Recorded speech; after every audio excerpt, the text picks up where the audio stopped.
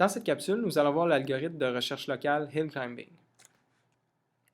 Alors, l'algorithme Hill Climbing est probablement l'algorithme le plus simple de recherche locale. Pour exécuter l'algorithme, on doit spécifier un nœud initial. On doit également, évidemment, spécifier la fonction objectif qu'on souhaite optimiser. Je vais la noter f de n dans les diapositives. Et on doit également déterminer pour un nœud n quels sont ces nœuds successeurs qu'on va parfois appeler nœuds voisins. Donc, on peut faire ça en spécifiant une fonction qui nous retourne la liste des nœuds successeurs étant donné un nœud courant n. Et la méthode va s'exécuter comme suit. Donc, on va avoir la notion d'un nœud courant qui va être mise à jour au fur et à mesure qu'on exécute l'algorithme. Et ce nœud courant-là, on va l'initialiser au nœud initial qui a été donné en entrée à l'algorithme. Et ensuite de ça, d'une itération à l'autre, le nœud courant va être mis à jour de la façon suivante. On va en fait le comparer au nœud successeur afin de voir si on ne peut pas transférer un nouveau nœud, un nœud voisin, un nœud successeur qui est meilleur pour, par rapport à la fonction objectif. Donc, entre autres, si on trouve un voisin n' qui a la meilleure valeur f de n et qui en plus a une valeur f de n' qui est plus grande que f de n, donc là, dans ce cas-ci, on suppose qu'on est en train de maximiser notre fonction objectif.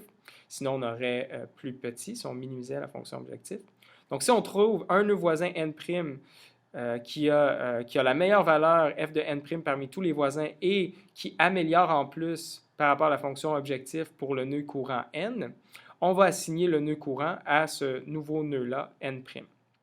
Sinon, s'il n'existe pas un voisin qui améliore la valeur de la fonction objectif, on va arrêter l'exécution de l'algorithme et on va retourner le nœud courant.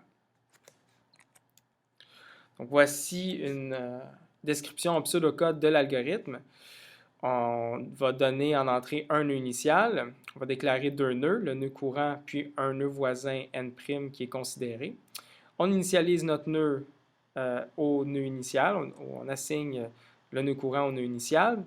Et tant aussi longtemps qu'on n'a pas une condition d'arrêt, on va identifier le nœud n' qui est le nœud successeur qui a la plus grande valeur de f de n'. Donc là, ici, on a une variante qui maximise. Sinon, on aurait plutôt, si on minimisait, ce serait ayant la valeur la plus petite valeur. Maintenant, si notre voisin potentiel n' avait une valeur qui est plus petite ou égale à la fonction objectif évaluée en n, ça voudrait dire qu'on n'aurait pas réussi à améliorer par rapport à notre fonction objectif. Dans ce cas-ci, on retournerait le nœud courant, puis sinon, on assigne le nœud courant au nœud voisin n'. Et on continue comme ça jusqu'à ce qu'éventuellement, on entre dans cette partie de l'algorithme et qu'on retourne le nœud courant. Donc, de façon plus intuitive, on peut voir l'exécution de cet algorithme-là comme quelqu'un qui se déplace dans une espèce de vallée ou de terrain où f de n correspondrait à l'élévation du terrain. Et notre objectif, si on maximisait cette fonction-là, ce serait de trouver un sommet dans la colline qu'on est en train d'explorer. Et maintenant, imaginez qu'on se trouve dans une région où il y a beaucoup de brouillard et qu'on voit seulement à un pas de distance. Eh bien, la méthode Hill Climbing correspondrait à une stratégie où on essaierait on se déplacerait, on prendrait le pas dans la direction qui augmente l'altitude le plus rapidement possible. Donc, en prenant le pas qui correspond à un pas qui nous augmente immédiatement le plus possible notre altitude. Cet algorithme-là, il n'est pas garanti de trouver le maximum global si on maximise, ou de façon générale, l'optima global. Donc, par exemple, imaginons qu'on ait la fonction f de n qui correspond à cette fonction-là ici, qui monte comme ça, et ainsi de suite, et que notre état correspond simplement à une valeur n, un entier ou un réel, qui détermine où est-ce qu'on se trouve là, sur cette courbe-là. Imaginons qu'on initialise la recherche à ce point ici. L'algorithme de Hill Climbing, en fait, nous déplacerait tranquillement vers ce sommet-ci de la fonction. on observe que localement, si on regarde juste autour de la fonction, c'est bel et bien un maximum. Par contre, il existe un autre endroit où on a une valeur de la fonction f de n qui est plus grande. Donc ici, ça serait le maximum global. On l'aurait atteint si à la place, comme nœud initial, on avait fourni ce nœud-là ici, donc cette valeur de n ici. Effectivement, l'algorithme de climbing nous aurait déplacé comme ça jusqu'à une valeur f de n qui nous aurait amené à cette valeur-ci. Donc on aurait trouvé comme nœud final celui-là ici. D'autres types de solutions qu'on pourrait obtenir, c'est par exemple, si on avait initialisé ici, on aurait arrêté l'algorithme une fois qu'on aurait atteint la valeur f de n juste ici, qui est juste au bord, en fait, d'un espèce de plateau. Le plateau se trouve à être localement un genre de maximum, dans la mesure où si on regardait ici ou ici, on aurait des valeurs plus basses. Mais on pourrait aussi atteindre un plateau qui, en fait, n'est pas un maximum local même. C'est-à-dire que si on était arrivé à cet endroit-ci, la recherche aurait arrêté puisqu'on n'a pas de nœud juste à côté, de valeur juste à côté qui permet d'améliorer la fonction f de n. Par contre, si on avait traversé le plateau, si on s'était permis de faire ça, on aurait pu atteindre ce point-là ici et continuer à augmenter, en fait. Donc, localement, ce point-là n'est même pas un maximum local, mais c'est un point qui aurait fait arrêter l'algorithme de hill climbing. D'accord? Donc, c'est une des propriétés puis un certain désavantage, si on veut, de la méthode de hill climbing. On va voir un exemple d'exécution de l'algorithme. Imaginons qu'on ait la fonction f de n qui a les valeurs suivantes, étant donné toutes les valeurs de n qu'on a dans cette rangée-ci. Et on va supposer là, que notre espace correspond aux entiers de n égale à 1 jusqu'à n égale à 16. Et donc, ici, on s'intéresse à quelle serait la sortie de l'algorithme, ce qui serait retourné si on donnait comme nœud initial n égale 6 et que les voisins, les nœuds successeurs, seraient donnés en regardant la valeur du nœud n-1 et n plus 1. Et évidemment, si on se trouve à n égale 1, mais dans ce cas-ci, on ne regardera pas n-1. Puis si on se trouvait à n égale 16, on ne regarderait pas la valeur de n plus 1. D'accord? Donc, regardons l'exécution de l'algorithme. Alors, à la première itération, on aurait initialisé n à 6, ce qui serait associé à une valeur de f de 6 qui est 2. Si on regarde les deux voisins 5 et 7, le voisin qui a la valeur f de n', la plus élevée, c'est 7. Donc, f de 7, c'est égal à 4.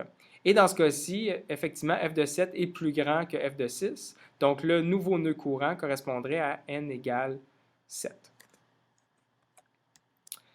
À l'itération suivante, on regarderait les voisins de 7, à savoir 8 et 6.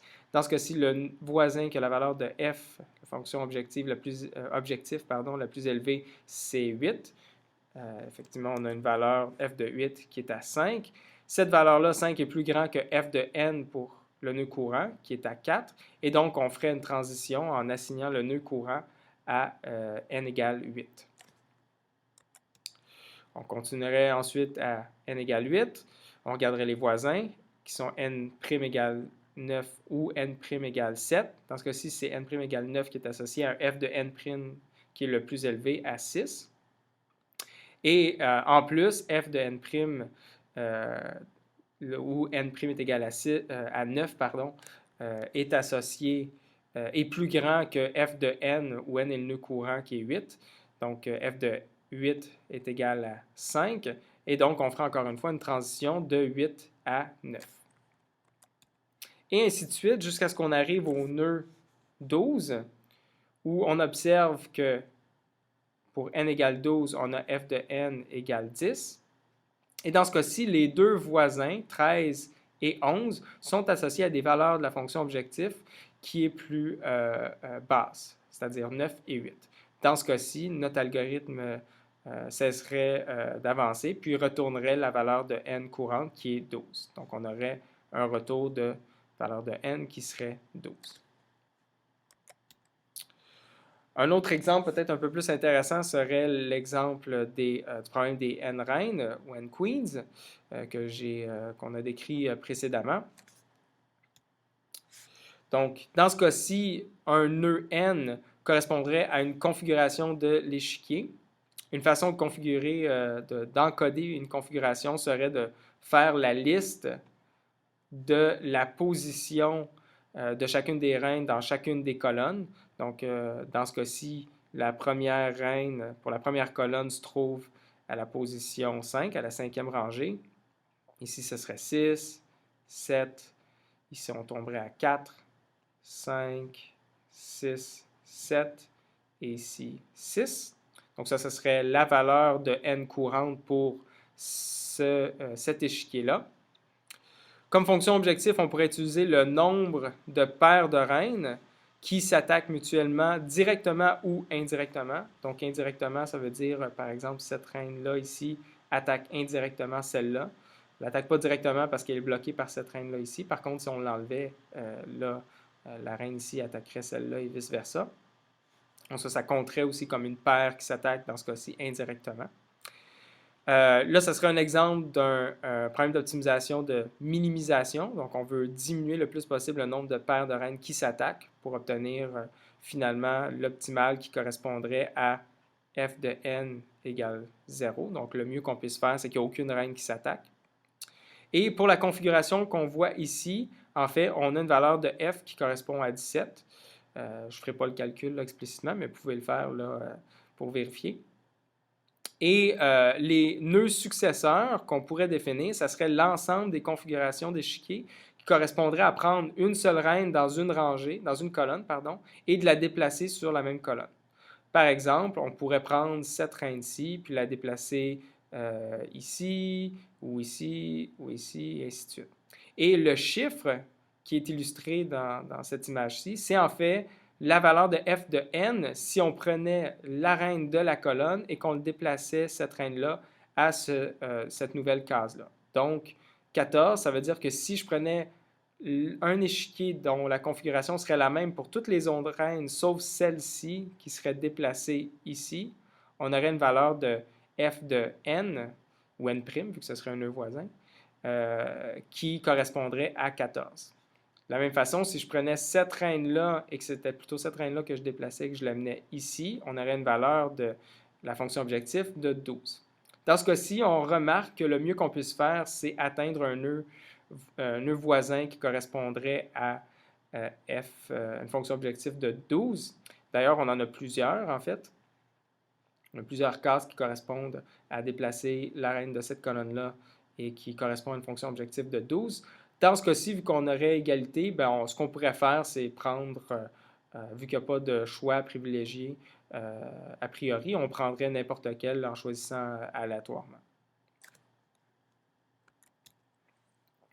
Voici maintenant, la description que je viens de donner, c'est une description de comment est-ce qu'on exécuterait l'algorithme hill climbing pour résoudre le problème des n-reines. On pourrait atteindre dans ce cas-ci, plutôt qu'un maximum local, on aurait un maximum local, on aurait un minimum local. On en a un ici qui correspond à un nœud n qui correspond à cette configuration-là et dont la valeur objectif serait 1. Effectivement, on a une seule paire dans ce cas-ci qui s'attaque, c'est cette reine-là ici et cette reine-là. Et je vous laisse faire l'exercice, mais en fait, si on déplace n'importe quelle reine dans sa colonne, en fait, on va nécessairement augmenter ou obtenir une fonction objectif égale à 1. Donc, ce ne sera pas possible à partir de cette configuration-là, si on déplace une seule reine dans sa colonne, d'obtenir une meilleure valeur. Et dans ce cas-ci, la seule meilleure valeur qu'on pourrait obtenir, c'est f de n égale 0. Donc, on a atteint l'équivalent d'un minimum local, puisque en faisant un seul changement vers un voisin, on peut seulement empirer la fonction objectif.